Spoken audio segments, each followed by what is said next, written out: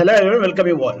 Motor vehicle insurance में कुछ changes आए हैं जो कि फोर्स हो रहे हैं 1 अगस्त 2020 से। तो चूंकि आप प्रिपरेशन कर रहे हो तो आपको तो ये चीजें जाननी ही चाहिए। अगर आप प्रिपरेशन ना कर रहे हो तो भी आप मोटर व्हीकल के ओनर तो होगे ही, तो भी आपको ये सारी चीजें जाननी चाहिए। ये है बेसिकली एक तरह का टैग लाइन। आपको बहुत ज्यादा खुश होने की जरूरत नहीं है कि कार बहुत सस्ती हो जाएगी और आप आज ही खरीदना स्टार्ट कर दोगे, बट नेवरदलेस कुछ तो सस्ती होगी। क्या ऑप्शन पहले था, अब क्या ऑप्शन अवेलेबल है इंश्योरेंस से रिलेटेड, वो सारी चीजें हम डिटेल में डिस्कस करेंगे। तो चलिए शुरू करते हैं लेक्चर को। Before starting the lecture, this is the humble request to all of you, follow Monu academy on the different platform. अगर आपको इन वीडियो के पीडीएफ चाहिए तो आप मुझे टेलीग्राम पे ज्वाइन कर सकते हैं, आप मुझे इंस्टाग्राम और फेसबुक पे भी फॉलो कर सकते हैं। अगर आप मुझसे पर्सनली जुड़ना चाहते हैं तो आप मेरे ट्विटर और इंस्टाग्राम की आईडी को फॉलो कर सकते हैं। सबसे पहले ये समझते हैं कि पहले क्या था चीजें और क्या उसमें बदलाव किया गया है। तो हम सभी को पता है कि थर्ड पार्टी इंश्योरेंस हमारे देश में कंपलसरी है अगर आप अपने व्हीकल को पब्लिक रोड पे चलाते हो तो।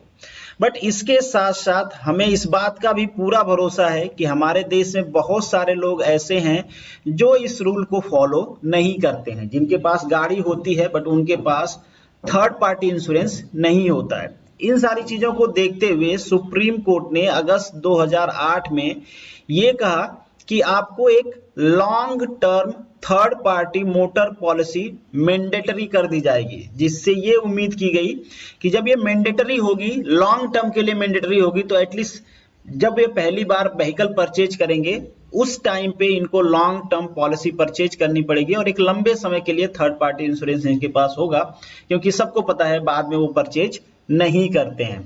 तो जब ये ऑर्डर आया सुप्रीम कोर्ट का, तो ये ऑर्डर को इंप्लीमेंट करने की रिस्पॉन्सिबिलिटी किसके पास होती है?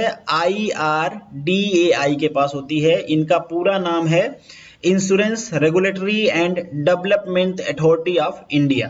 तो इन्होंने क्या किया, जो भी इंश्योरेंस कंपनी है, जो भी इंश्योरर हैं, जो भी इंश्योरेंस कंपनी चलाते हैं हमारे देश में, उनको डायरेक्ट किया कि आप ये 3 तरह की पॉलिसी बेचना स्टार्ट कर दो। तो आप ध्यान रखना, यहाँ पे कंफ्यूज मत होना।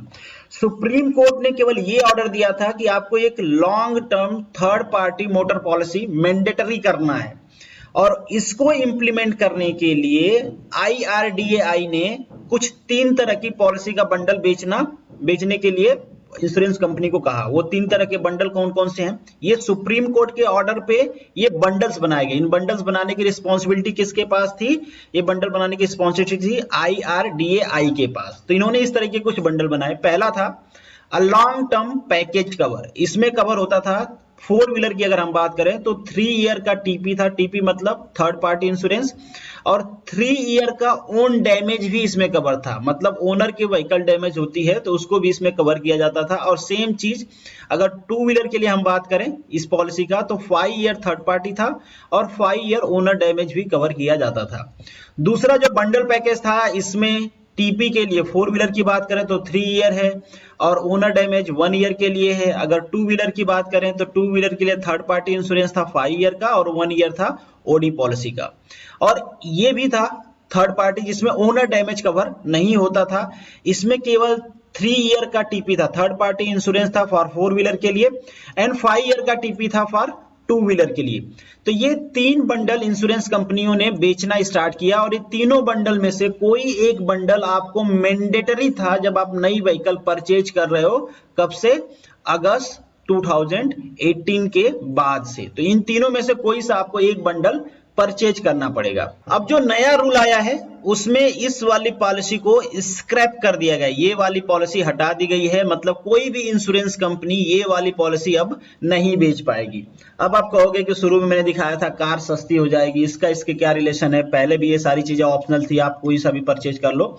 हाँ, बिल्कुल ऑप्शनल थी, बट क्या होता है जब आपके पास ऑप्शन अवेलेबल होता है तो जो पॉलिसी मेकर होते हैं, जो पॉलिसी सेलर होते हैं एग्जैक्टली, वो आपको किसी न किसी तरीके से ये वाली पॉलिसी चिपका देते हैं, बेच देते हैं, ठीक है, आपको कन्विंस कर लेते हैं। तो अब उनके पास ये ऑप्शन ही नहीं रहेगा, तो ये वाली पॉलिसी आपको बेच नहीं पाएंगे। और ये दोनों पॉलिसी इसके कंपैरिजन में सस्ती होती है। तो ये दोनों पॉलिसी अभी भी है, आपको इन दोनों में से कोई सा एक खरीदना होगा, आगे हम उसको डिस्कस भी करेंगे। तो फाइनली अभी क्या हुआ है, जो हमारा IRDAI है, उन्होंने डायरेक्ट किया है सारी इंश्योरेंस कंपनी से कि आप 1 अगस्त 2020 से जो लॉन्ग टर्म पॉलिसी थी, जिसको इसके पहले मैंने आपको बताया स्क्रैप किया गया है, उसको वो नहीं बेच सकते हैं। बट आपको ध्यान रखना है, जैसे कि मैंने आपको बताया, ये भी लॉन्ग टर्म पॉलिसी में आती है ना, जो 5 ईयर के लिए है फॉर 2 व्हीलर एंड 3 ईयर के लिए फॉर 4 व्हीलर, केवल ये थर्ड पार्टी कवर करती है। ये भी लॉन्ग टर्म पॉलिसी है, बट ये स्टिल कंटिन्यू है, क्योंकि ये थर्ड पार्टी है, लॉन्ग टर्म है। थर्ड पार्टी तो मैंडेटरी है गवर्नमेंट की तरफ से, हमारे एक्ट के हिसाब से, और लॉन्ग टर्म इसको बनाना है किसने कहा? सुप्रीम कोर्ट ने कहा। तो इसमें दोनों चीज कवर हो जाता है कि ये थर्ड पार्टी भी है, लॉन्ग टर्म भी है, इसलिए ये मैंडेटरी है, ये तो आपको लेना ही लेना है। अब जो दूसरा ऑप्शन था जो मैंने आपको ये दिखाया था, ये वाला ऑप्शन भी आपके पास अवेलेबल है, आप चाहो तो इसको भी ले सकते हो। आप चाहो तो दो पॉलिसी भी ले सकते हो, आप चाहो तो थर्ड पॉलिसी में ये ले लो, और ओनर डैमेज के लिए एक सेपरेट पॉलिसी भी बहुत सारी हैं, कंपनियां देती हैं, वो बंडल को यहाँ पे डिस्कस नहीं कर रहा हूं मैं, बहुत सारे बंडल्स हैं, आप ओनर डैमेज भी कवर कर सकते हो, वो भी आप परचेज कर सकते हो, और आप चाहो तो इसको भी ले सकते हो, ऑलरेडी बंडल में अवेलेबल है। अब उन लोगों की बात करते हैं जिन लोगों ने अपने व्हीकल को सितंबर 2018 से लेके जुलाई 2020 के बीच में परचेज किया है, क्या उनके लाइफ में, या मतलब उनके व्हीकल पे भी कोई इफेक्ट आएगा? जी बिल्कुल आ सकता है। सपोज करिए आपने लॉन्ग टर्म पॉलिसी परचेज किया है जिसमें ओनर डैमेज को कवर किया गया है, अगर 2 व्हीलर की बात करें तो 5 ईयर के लिए कवर किया गया है, अगर 4 व्हीलर की बात करें तो 4 व्हीलर के लिए वो 3 है। तो अभी ये 3 ईयर भी कंप्लीट नहीं हुआ, क्योंकि आपने व्हीकल तो 2018 में लिया, और 5 ईयर तो ऑब्वियसली कंप्लीट नहीं हुआ है। तो आपके पास क्या ऑप्शन है? अगर आप चाहते हो, आपके पास ये ऑप्शन दिया जाएगा कि अगर आप चाहते हो कि आप थर्ड पार्टी में माइग्रेट कर जाओ, तो आप ये वाली प्रीमियम भर रहे हो, आप चाहो तो ये वाला प्रीमियम परचेज कर सकते हो, जो भी आपका रिटर्न बनता है इंश्योरेंस कंपनी आपको रिटर्न कर देगी। आप चाहो तो अपने इस पॉलिसी को 2 पॉलिसी में भी ब्रेक कर सकते हो। 2 पॉलिसी में मतलब आप चाहो तो इसको एक पॉलिसी ले सकते हो, और एक separate owner policy, owner damage को कवर करता हो, वो वाली पॉलिसी ले सकते हो। तो ये भी आपके पास ऑप्शन दिया जाएगा, तो आप भी कंप्लेन नहीं कर सकते हो कि हमने खरीदा, हमारी पॉलिसी अभी चल रही है तो हम क्या करें।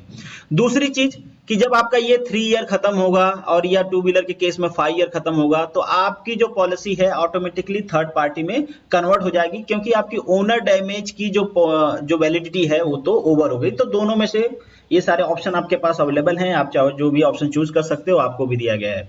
तो this is the end of this video. Thank you so much for watching this. उम्मीद करता हूं आपको कुछ सीखने के लिए मिला होगा। सीखने के लिए मिला है तो दूसरों के साथ भी शेयर करिए। अगर चैनल पे पहली बार आए हैं तो सब्सक्राइब जरूर करिए। मिलते हैं नेक्स्ट वीडियो में, तब तक के लिए all the best, good luck.